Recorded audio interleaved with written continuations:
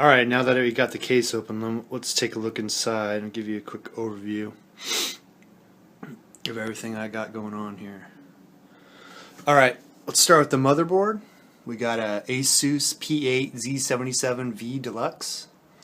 It's their top end Z77 line. It's got everything. We got a Wi-Fi chip up there, Bluetooth, Thunderbolt, overclocking buttons and voltage readouts and LED readouts. Basically everything that you need for a high-end overclock. Video cards. We got two HD 7950s Sapphires. Sound card. We have an Asus Essence STX. It requires an extra Molex power there. Power supply is an AX1200i, as you can see there. It's their top of the line. It's digital. It has this Corsair link, so it plugs in right over to a USB header, and you can get very precise readouts on all the rails, so you can tune that. Memory, we have 2400, and it's HyperX from Kingston, 2400, DDR3. What else do we got? Oh, the CPU. Duh.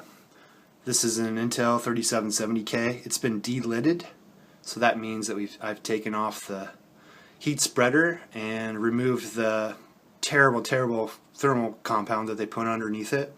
Put some liquid metal in there and put the heat spreader back on top. That gave me about 10 C lower temperatures on all my cores, so that's a huge deal, and that makes it so much more overclockable. SSDs, we got two M4s, some Crucial 256s, and these are in RAID 0. So I got half a terabyte of RAID 0. What else do we need to look at here? The case is a CM Storm, Cooler Master Storm, the black version.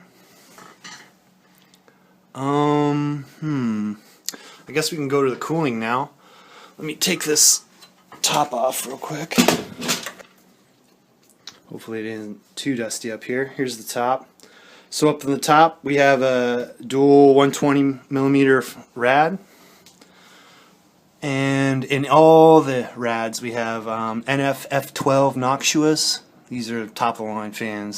Super quiet, super efficient. On the bottom we have another rad here at the bottom of the case, one at the top of the case, and one up front here. Let me pull the front off. So we got another one up front. So three dual 120mm rads, bottom, front, top.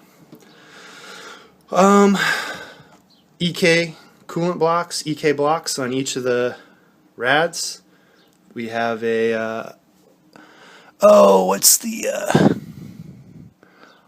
a Raystorm for the CPU. A cool thing that I just added was these quick disconnects. So you'll see I have one on the bottom here, and the water runs up and it'll run up. So up through the slave, then the master on the graphics cards, then to the CPU. We got a flow master here. This flow meter, it'll spin as the liquid flows through, and it hooks into a readout that plugs into my CPU fan header. So if the water ever stops, it will let me know, and it will automatically shut the machine down. So I put a quick connect on the back, the last radiator, before my coolant loops or my coolant blocks here. So what I can do is, I got tired of messing with them, so with just a little drip of water I can unhook that. Now that's unhooked. Same thing with the bottom. Unhooked, and now both of these lines are unhooked, and now I can take all that out if I want to. Take it all out and mess with it, put it back in. So I have a graphics card that goes bad, just unhook instead of have to go through drain and all that. It's much better. Let's see. I think that pretty much covers it. I forget what the pump is. It's a Swiftech. It's their Vario pump. So it's variable speed. It's their top pump. On the front I have a fan controller, and then here's the bay reservoir for the water cooling loop. UV light, obviously a case fan, and then the Noctua NF-F12s on all the fans. I don't know if you can see in there real well, but there's the hook-ins to the back for the reservoir up there, and then here's the other rad back in there.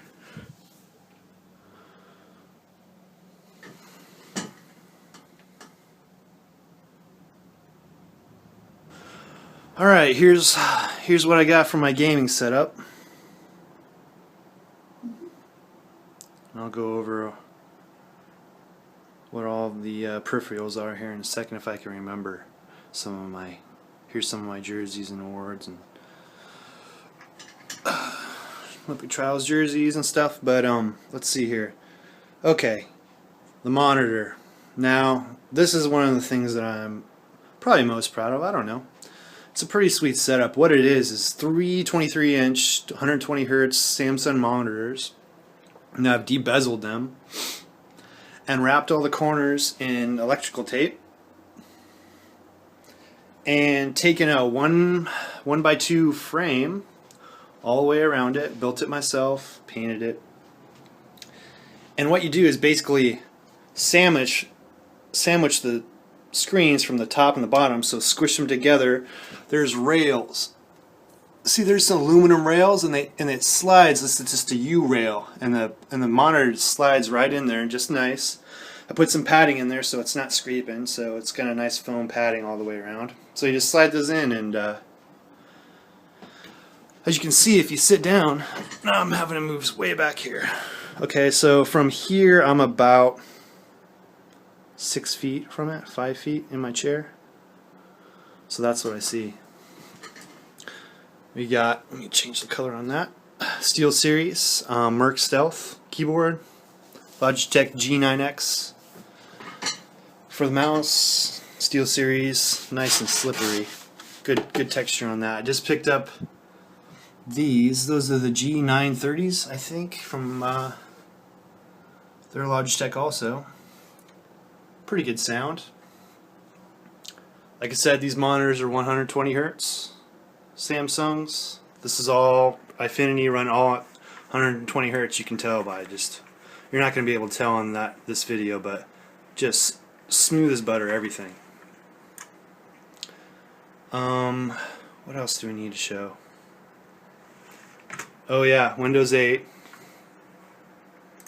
So here's a good old Windows 8. I put a start bar on there so I don't have to deal with that, but once I go into it goes to the desktop just like that. So it's so easy to use. It won a best of C. And that's pretty much my system. So hope you guys enjoyed the overview. I've had a lot of fun building it. It's been a lot of work. Take a look down here, maybe if we can see. I'm not going to see too well, but